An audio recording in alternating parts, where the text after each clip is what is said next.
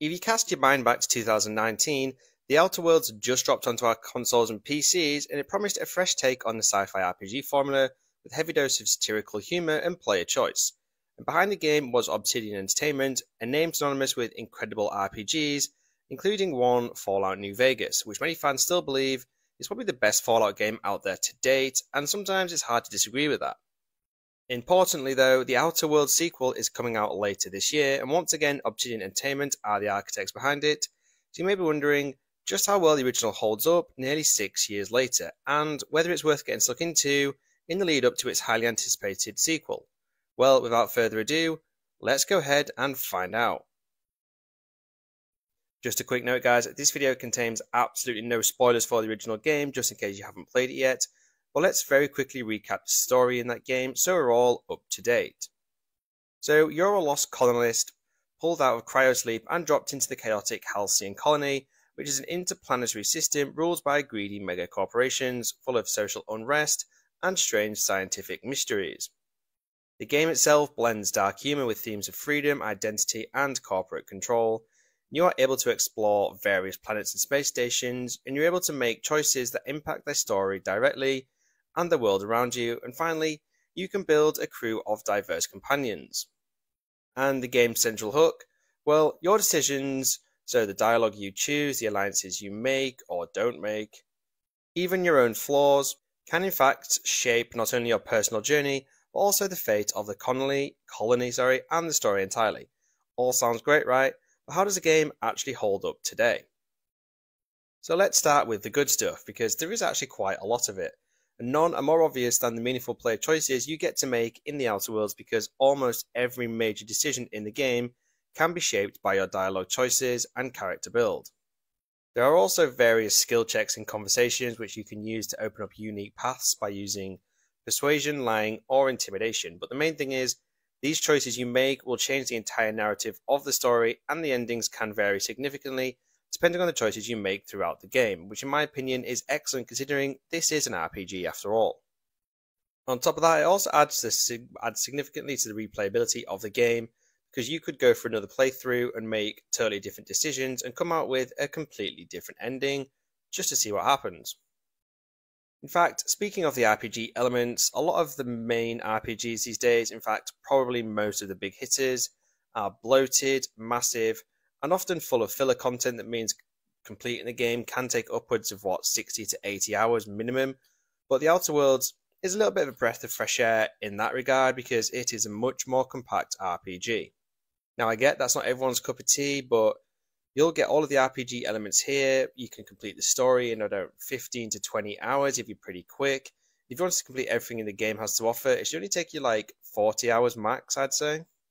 But as I said, this did actually draw some criticism from fans because it was short, but the story packed a punch, it was fun, it didn't spend endless amounts of hours having to complete it, so for me, this is actually one of the game's strengths. As someone who likes a good laugh and a joke around, I think the strong writing and humour in this game is great, because a lot of the dialogue options are full of wit and satirical jabs at late stage capitalism, corporate bureaucracy and dystopia. It's a little bit something different and quite funny, to be honest. On top of that, the companions you get in the game feel like actual real people rather than just robots. They are flawed, they're funny, they're worth listening to, and Pavati's heartfelt arc, being one of the standout questlines for me personally, makes the game companions and side quests really worth your time. And finally, although it may not be for everyone, I actually think the art style of the Outer Worlds is refreshing and something just a little bit different. Like, it sort of leans into the retro futurism feel with bright and colourful art deco style, which fits perfectly within the world it is placed in. It's significantly different to a lot of other games out there these days, which isn't a bad thing. And I loved looking at the ads that filled the world with ads and all loading screens. It's sort of bold, it's kind of different, it's got style, but it totally owns it. Like, it really is a little bit different and it totally works. Now, it's not all sunshine and rainbows though, because the Outer Worlds isn't without its flaws, and I'll start off by talking about the combat. Now, the combat isn't exactly bad, I wouldn't say. Like, it's just a little bit basic with the shooting mechanics that feel just serviceable but never truly satisfying.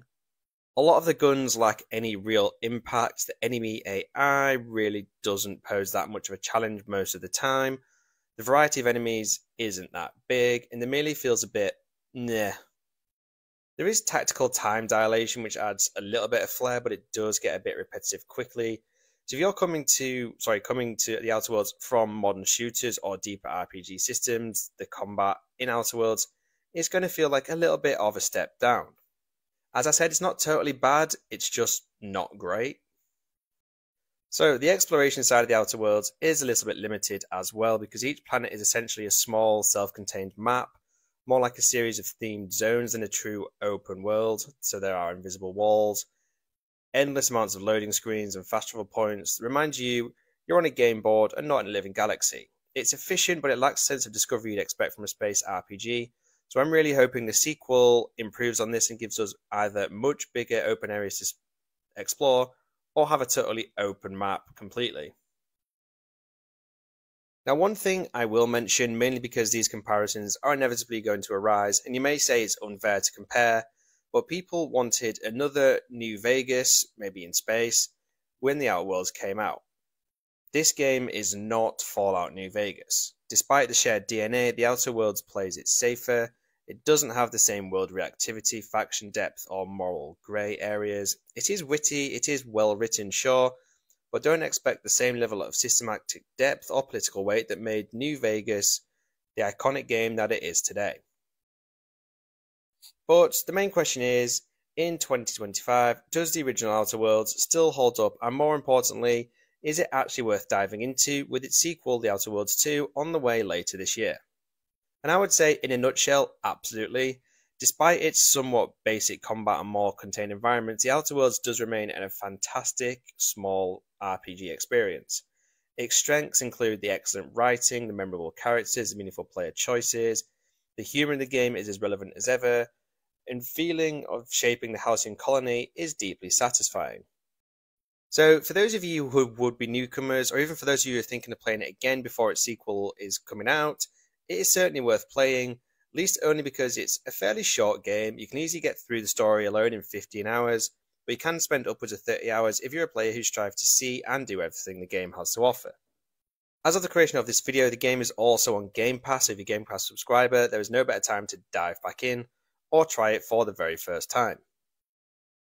Well, there you have it, folks. There is why I think The Outer Worlds is definitely worth playing for the first time, or revisiting in 2025, especially considering its sequel comes out later this year.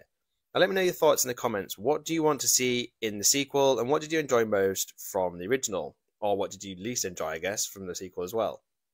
And if you enjoyed this video, don't forget to hit those like and subscribe buttons, and hit that bell for more RPG content. As always, thank you for watching this video, and I hope to catch you in my next one.